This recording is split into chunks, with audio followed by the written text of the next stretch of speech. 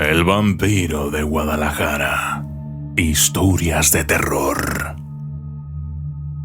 En el corazón de Guadalajara, en el sagrado recinto del Panteón de Belén, perdura una leyenda. Una historia de sangre, venganza y un mal indescriptible que se niega a morir. Le llaman Don Jorge, aunque su solo nombre basta desde hace tiempo para que la gente se persigne y diga plegarias pidiendo protección. Apareció en la ciudad bajo la apariencia de un rico extranjero, un hombre alto y enjuto de rasgos afilados y angulosos, y una presencia silenciosa e inquietante. Su pelo oscuro era largo y negro, y se decía que sus ojos, aunque normalmente estaban ocultos bajo la sombra de su sombrero de ala ancha, brillaban con un fulgor rojo antinatural. La llegada de Don Jorge despertó curiosidad, pero su actitud distante acabó rápidamente con cualquier intento de socializar. Hablaba poco, revelaba aún menos, y vestía siempre de negro, siempre de negro. Como si estuviera siempre de luto por algo, aunque nadie sabía nunca por qué. Compró una vasta hacienda en las afueras de la ciudad, donde la tierra se extendía hasta las colinas y pocos se atrevían a aventurarse al anochecer. Al principio, su soledad se descartó fácilmente. Al fin y al cabo, muchos viajeros pasaban por Guadalajara, buscando nuevas vidas o escapando de las antiguas, pero pronto fue imposible ignorar la presencia de aquel hombre misterioso, conocido como Don Jorge. Poco después de que se fijara su residencia, empezaron a producirse extraños acontecimientos. Las primeras señales llegaron con el ganado. Los granjeros de los pueblos de los alrededores encontraban por la mañana a sus reses y cabras muertas, desangradas, pero sin una sola marca en ellas. No había signos de lucha ni heridas, solo cuerpos sin vida esparcidos por los campos. El misterio se intensificó cuando, poco después, el mismo destino se abatió sobre las mascotas del vecindario. Gatos y perros, compañeros entrañables, aparecieron flácidos, pálidos y tan fríos como la noche en que habían muerto. Fue entonces, maldita sea, cuando empezaron a desaparecer los niños. Primero fueron rumores. Un niño desapareció aquí, una niña que no volvía de los recados por allá. Al principio los padres se aferraron a la esperanza de que los niños se hubiesen alejado, perdido el camino o tal vez caído en alguna travesura. Pero cuando se encontraron sus cuerpos pálidos y sin vida como los animales que los precedían, la ciudad comenzó a entrar en pánico. El miedo se apoderó de Guadalajara. La gente más religiosa se volvió hacia sus santos y sus cruces, mientras que los más escépticos simplemente cerraban con más fuerza sus puertas y ventanas cada noche. Sin embargo, ningún cerrojo y ninguna oración parecieron ser suficientes.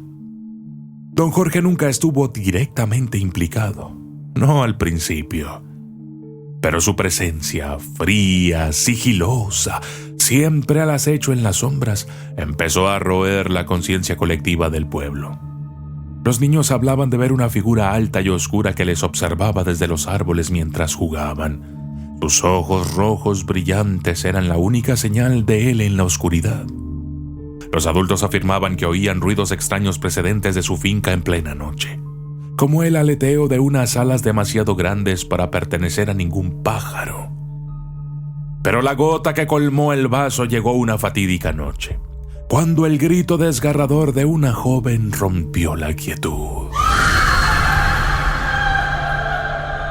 Era el grito de alguien que sabía que su vida se estaba acabando. Los habitantes del pueblo, armados con antorchas y armas improvisadas, se precipitaron hacia el sonido.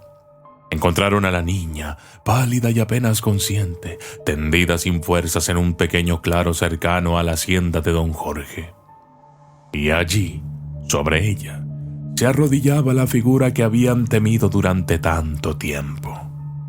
Don Jorge, con la boca apretada contra su garganta, la luz de la luna llena reflejándose en sus labios manchados de carmesí. Su visión, la figura alta y pálida vestida de negro, alimentándose de la vida de la joven, despertó algo en la muchedumbre. Se lanzaron hacia él, impulsados por la furia y el terror. Don Jorge no huyó.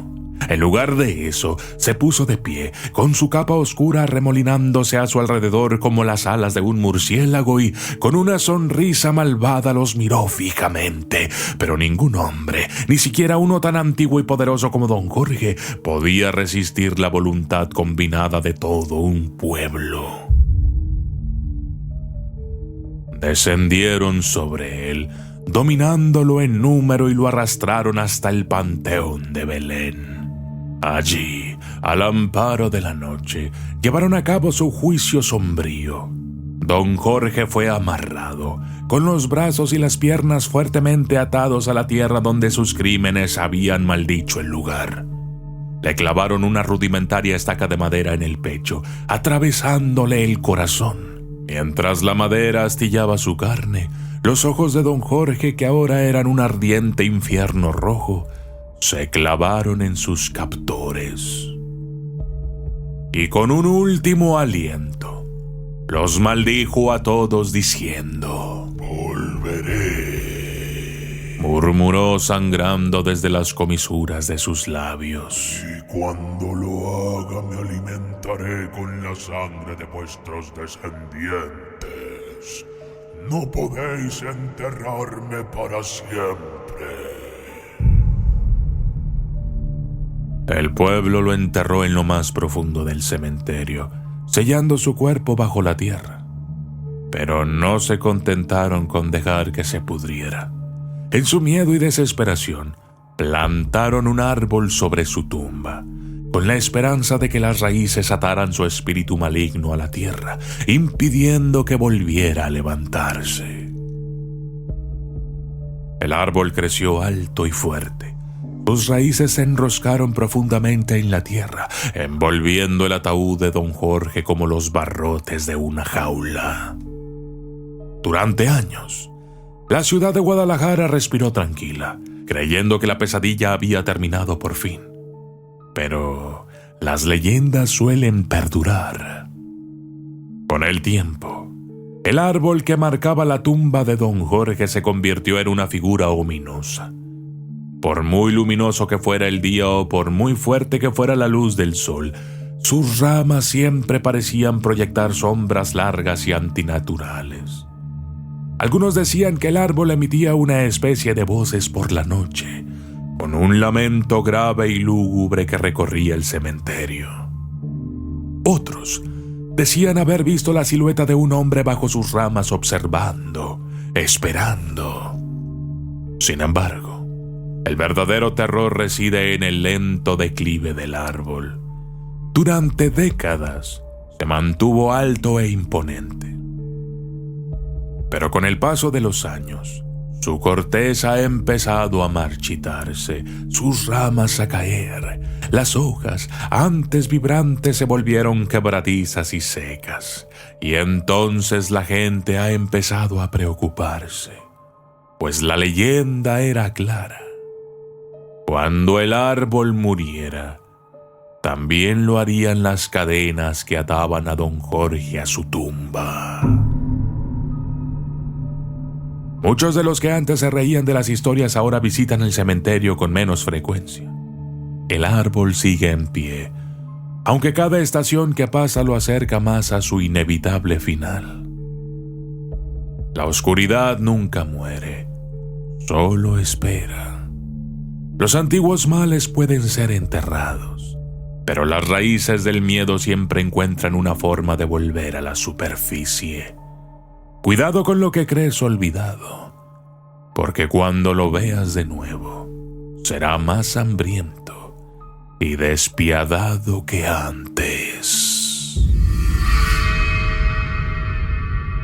Yo soy el documentalista, y esto fue El vampiro de Guadalajara. Aterradormente.